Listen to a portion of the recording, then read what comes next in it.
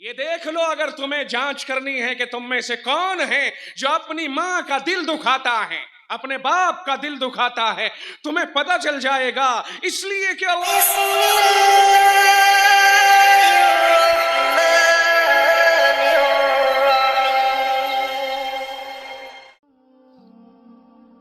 یہ دیکھ لو اگر تمہیں جانچ کرنی ہے کہ تم میں سے کون ہے جو اپنی ماں کا دل دکھاتا ہے، اپنے باپ کا دل دکھاتا ہے، تمہیں پتہ چل جائے گا، اس لیے کہ اللہ کے رسول علیہ السلام نے فرمایا رضا الرب فی رضا الوالد، اگر کوئی یہ چاہتا ہے، میں یہ دیکھنا چاہتا ہوں روئے زمین کے اوپر رہتے ہوئے کہ میرا رب مجھ سے راضی ہے کہ ناراض، وہ یہ دیکھ لے کہ اس کا باپ روئے زمین پر اس سے راضی ہے کہ ناراض۔ اگر راضی ہے تو سمجھ لو رب بھی راضی ہے، اور اگر ناراض ہے تو سمجھ لو رب بھی اس سے ناراض ہے۔ یہ کسوٹی دے دی ہے ہمیں، آج ہی سمجھ لو، اپنا آئینے میں منہ دیکھ کر کے فیصلہ کر لو کہ ہمیں کرنا کیا ہے۔ آقا نے تو یہ فرما دیا، تم اگر تمہارا باپ تم سے راضی ہے تو سمجھ لو اللہ راضی ہے، کیونکہ آقا فرماتے ہیں رضا الرب فی رضا الوالد، اللہ کی رضا مندی باپ کی رضا میں ہے اور اللہ کی ناراضگی باپ کی ناراضگی میں ہے۔ دیکھو دیکھو اپنے چٹھے جانچ کے دیکھو، ان بوڑھوں کو بیکار نہ سمجھو، انہیں بے وقات نہ سمجھو، اگر ان کی آنکھوں میں آنسو آ گئے، خدا کی قسم ایک آنسو تمہاری جوانی کو تباہ کر دے گا۔ جسے دیکھنا ہے دنیا میں کہ میں جنتی ہوں کہ جہنمی، وہ دیکھ لے کہ اس کی ماں اس سے راضی ہے کہ نہیں، اس لیے کہ آقا نے فرمایا ان الجنت تحت اقدام امہاتکم، جنت تمہاری ماں کے پیروں کے نیچے ہے، جاؤ اپنی ماں کے پیر دباؤ اور ان کو راضی رکھو۔ اگر جنت کا شوق ہے تو اپنی ماں کو راضی رکھو۔ کہتے ہیں جی میں نے فلاں حضرت کے پیر دبائے، 6 مہینے خدمت کی، 6 سال، حضرتوں کی خدمت کر لو، بڑی اچھی بات ہے، ثواب بھی ملے گا، درجے بھی بلند ہوگے، زندگی بنے گی، لیکن تیری ماں اگر تجھ سے ناراض، تیرا باپ اگر تجھ سے ناراض تو 360 پھرے ہیں حضرتوں کی خدمت کرنے والے۔ سمجھ گئے کہ نہیں سمجھ گئے؟ ساری دنیا میں سب سے بڑا پیر، سب سے بڑا مخدوم وہ تیری ماں ہے اور تیرا باپ ہے۔ جا اپنے باپ کی خدمت کر لے، جا اپنی ماں کی خدمت کر لے اور انہیں راضی کر۔ رب نے جو حقوق ماں باپ کے بیان کیے ہیں وہ مستقل ہیں، اور سن لو کوئی یہ سمجھے کہ میں ماں باپ کو ستا لوں اور پھر اس طرح سے چین کی زندگی گزار لو، رب کہتا ہے جس نے بڑھاپے میں اپنے ماں باپ کو دونوں کو اپنی زندگی میں پا لیا، یعنی اس کی زندگی میں اس کے ماں باپ بوڑھے ہو گئے، کمزور ہو گئے، ماں یا باپ یا دونوں کے دونوں، ہم سمجھتے ہیں یہ بوڑھا کب ٹلے گا، ہم سمجھتے ہیں یہ بڑھیا کب ٹلے گی، اس نے ہمارے گھر کو تھوک تھوک کر کے بھر دیا اور اس نے ہماری زندگی کو خراب کر دیا، پوتا پوتیاں بھی اس سے منہ پھیرتے ہیں، بیٹا منہ پھیرتا ہے، بہویں منہ پھیرتی ہیں، اور سن لو یہ رانیاں سن لے اچھی طرح سے، جنہیں تم نے سعودیہ سے کما کر کے رانی بنا دیا ہے، سن لے کان کھول کر کے، اور مہاراجاؤ تم بھی سن لو، یہ تمہاری بوڑھی ماں بوڑھی نہیں، یہ تمہارا باپ بوڑھا نہیں، در حقیقت رب کا امتحان تمہارے گھر میں پڑا ہے کہ تمہیں جنت کمانی ہے کہ جہنم کمانی ہے، اس لیے کہ جس نے بوڑھے ماں باپ کی خدمت نہ کی اسے اللہ تعالیٰ جہنم کا ایندھن بنا دیتا ہے۔ تم سمجھتے ہو بوڑھا پڑا ہے، تم سمجھتے ہو بڑھیا پڑی ہے، یہ بوڑھے اور بڑھیا نہیں، یہ ہماری اور تمہاری جنت کی پہچان پڑے ہیں۔ جسے جنت چاہیے وہ خاموشی کے ساتھ ان بوڑھے اور باپ اور بوڑھی اماں کی خدمت اس طرح کرے، اور اللہ نے اخیر میں یہ فرمایا وہ تیرے بس کی بات نہیں ہے، اگر تو نے ان کے ساتھ اچھا سلوک کیا، اچھے حقوق، فرمایا وَبِالْوَالِدَيْنِ إِحْسَانًا، ماں باپ کے ساتھ اچھا سلوک کرو، انہیں کھانے کی ضرورت ہے ٹائم پہ کھانا مہیا کرو۔ الگ ہو جاتے ہیں جی، بابا سے مطالبہ کرتا ہے شادی ہونے کے بعد مجھے الگ کرو، میرا گھر بانٹ کے دو، میرا حصہ دو، ظالم شرم نہیں آئی؟ تیرا کون سا حصہ ہے؟ جس دن تک باپ زندہ ہے خبردار، شریعت کہتی ہے اولاد کا باپ کی جائیداد میں کوئی حصہ نہیں ہے، میرا حصہ دے، مجھے گھر دے۔ اور رشتہ دار بھی پڑوسی بھی کہتے ہیں اجی ظلم کر رکھا لونڈے کے اوپر، اجی ظلم کر رکھا ہے، کچھ بھی نہیں دے رکھا ہے، کس کا ہے؟ जहालत को फरोग दिया जा रहा है। रिश्तेदार भी माँ बाप की गलतियां निकालते हैं। अजी जुल्म कर रखा, बेचारे को कुछ भी नहीं दे रखा। शरीयत में है ही नहीं। शरीयत में उस दिन हिस्सा बनता है औलाद का जिस दिन बाप मरता है। बाप के मरने से पहले बाप की जायदाद में किसी औलाद का कोई हिस्सा नहीं है। आप में से जिसका दिल चाहे किसी भी मुफ्ती से पूछ करके अपनी तसल्ली कर सकता है। समझ में आई कि नहीं आई? थोड़ी बहुत आ रही?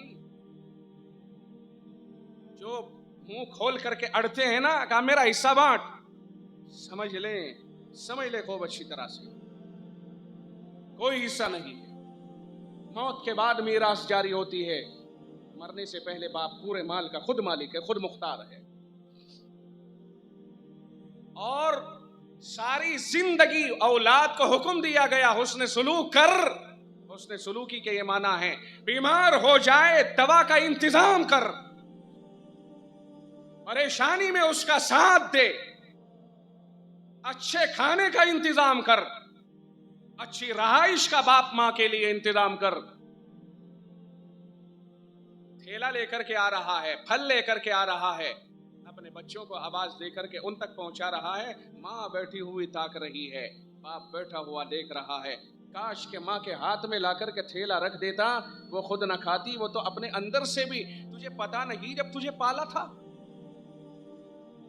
सैयदना फारूक आजम रज़ी अल्लाह ताला अन्हु के पास एक शिकायत पहुंची कि एक बेटा अपनी मां को गाली देता है। गाली!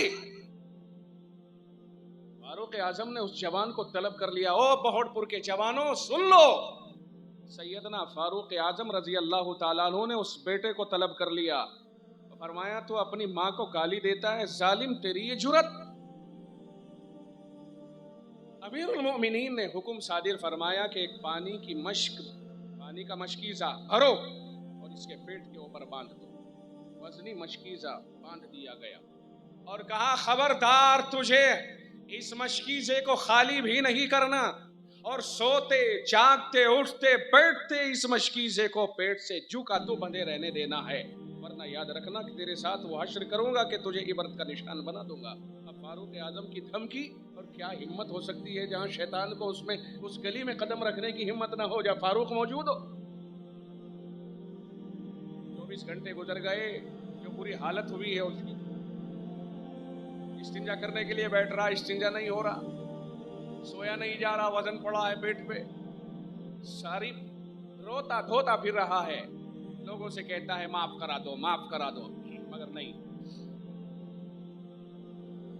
फारूक आजम के पास आया, हजरत जी माफ कर दो। फरमाया ना ना, झेल इसे। उसके बाद हजरत जी ने आधा पानी गिरा दिया, आधा बना रहने दिएगा, ऐसी से लेके चल। 2 दिन के बाद फिर जो बुरी गत हुई, माँ की खिदमत में जाता है, अम्मा जान माफ कर दो, आज के बाद कभी बदज़बानी नहीं करूंगा।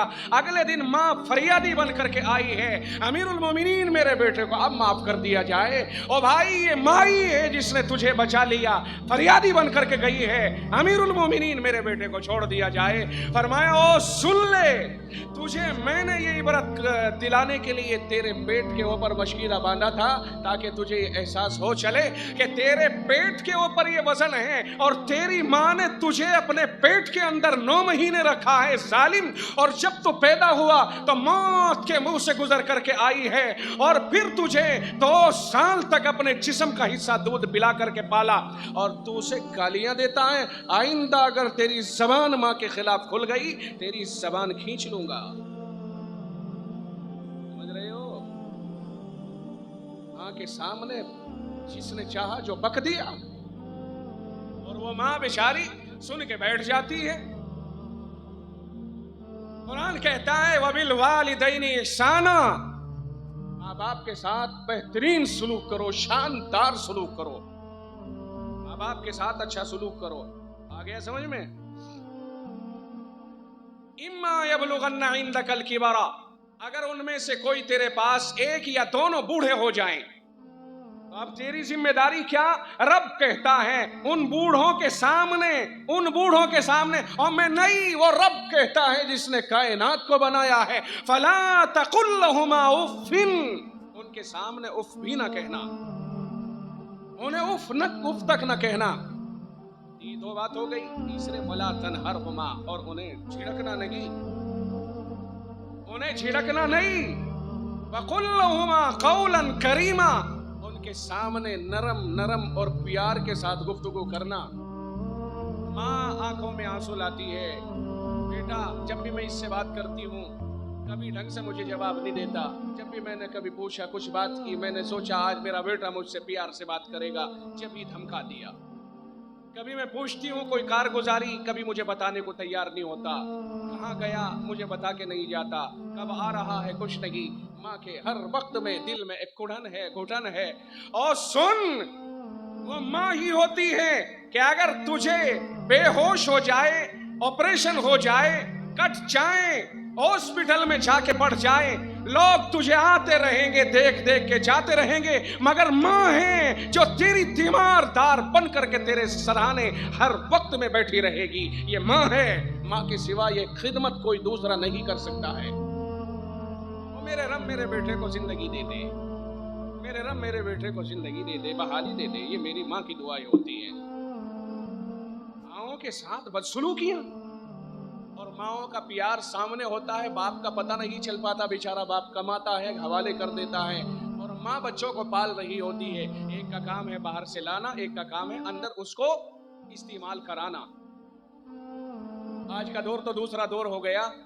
ये बहुत बड़ी खिदमत है माँओं की, औरतों की ये बहुत बड़ी खिदमत है कि अल्लाह ने उन्हें एक सल्तनत दी है। एक सल्तनत यानी शौहर का घर, कुछ रियाया दी है यानी शौहर के बच्चे, उनको पाल परवरिश कर उन्हें अच्छी तरह तरबियत दे।